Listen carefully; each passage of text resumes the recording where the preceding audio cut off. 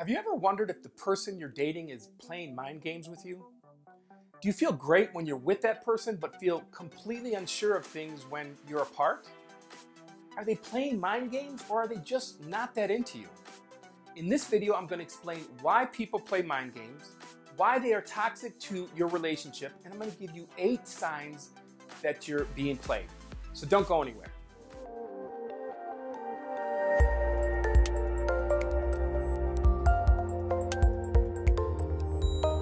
Hi everyone, I'm Dr. Antonio Borrello. If you've just stumbled upon my channel for the first time, I make weekly dating and relationship advice videos that will help you make your love life the best part of your life. I hope you'll consider subscribing so that you don't miss any of our weekly videos. Just click on that subscribe button and then hit the little bell and you'll be good to go. The bell notifies you when there's a new video uploaded and you'll be sure not to miss it. Okay, so on to mind games. When I refer to mind games, I'm talking about calculated behaviors that one or both partners use to manipulate, to intimidate, or undermine their partner's behaviors or their belief in the validity of their own perceptions.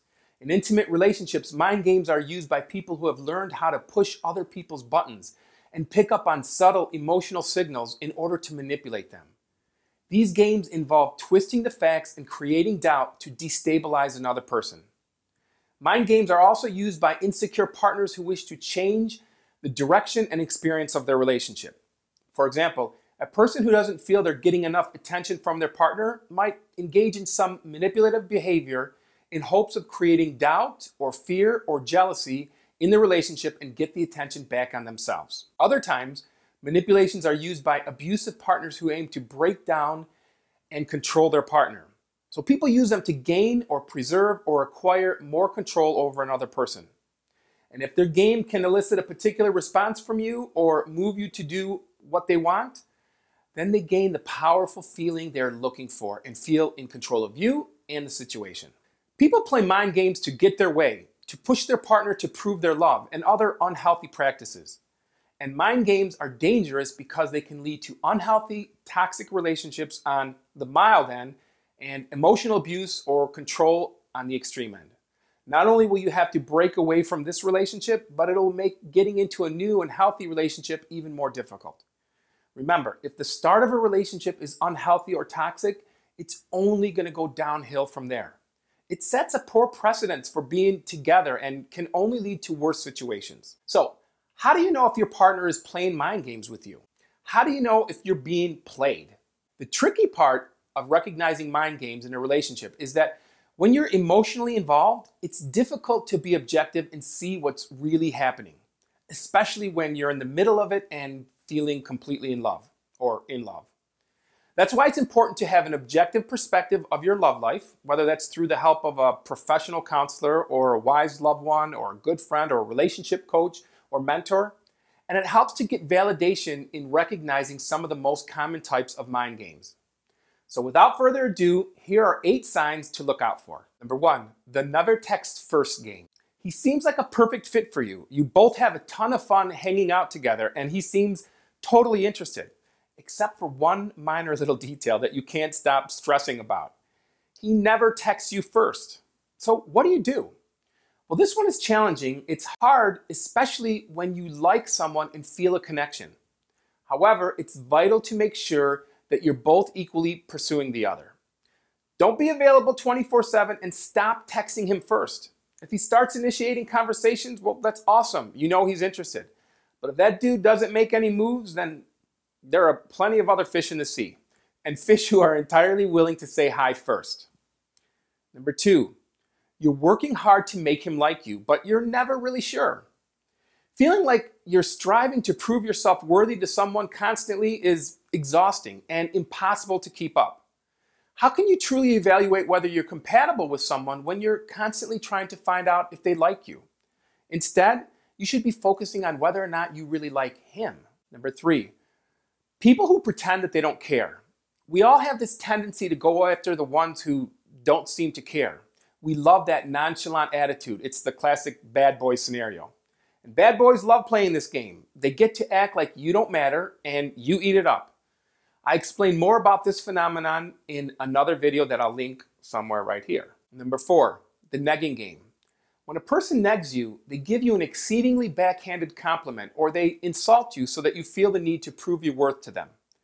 For example, they'll compliment your outfit and say something like, "Oh, that outfit's so cute, but why those boots?" Or, "You're so beautiful, but you'd look even better if you lost 10 pounds. When a man negs you, he's really saying, "I need you to feel insecure, but I want to do it in such a way that you question your right to feeling that way." It's part of trying to destabilize a person and have them question themselves. If your partner gives you these backhanded compliments, you'll know exactly what he's doing.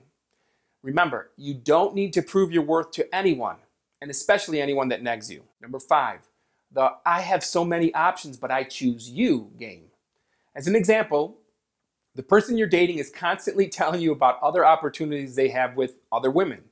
They insist that other people are trying to get close to them or trying to date them, and then they use this as a backhanded compliment to you.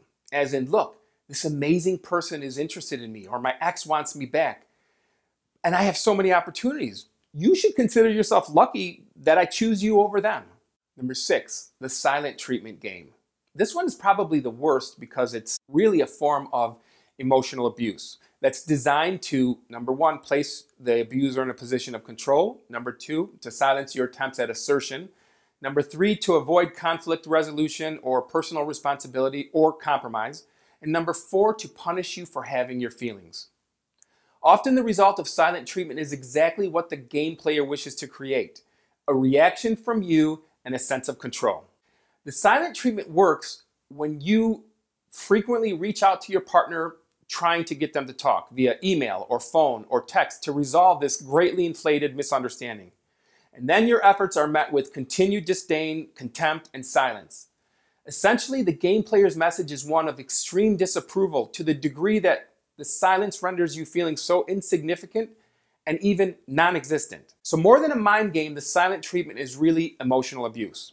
Number 7 is the jealousy game. The jealousy game is the riskiest game any couple can play. If you win, you'll be miserable. If you lose, you'll be miserable. This Hail Mary pass of a game that men play involves other women. It can be a wandering eye in public or the female friend that you've never met that he talks to about your relationship. It can even be comparisons between you and other women. This is all meant to make you feel inferior and to know that he can do better. The jealousy game will always be a pitiful tit-for-tat game that will kill your relationship. If you are intentionally being made to feel jealous, your relationship has issues. Number 8, your intuition is telling you something isn't right. Intuition is an extremely powerful force. If you think something is wrong, chances are you're right. And I know it sucks, but when deep down you feel something is not right, you should listen to yourself. You'll start to put the pieces together. You're noticing these things for a reason. Like you caught a glimpse of a text message a couple weeks ago, or you remember something that he or she said to you on your first date, and now it's resurfacing. When you start to put the pieces together, your suspicions will, without a doubt, be right. I'm telling you, if you don't listen to anything else I say, listen to this. Intuition is your best friend. It's so powerful, you simply cannot ignore it. So don't. Step back and reevaluate. The bottom line is that if you think you're seeing examples of mind games in your relationship, you probably are.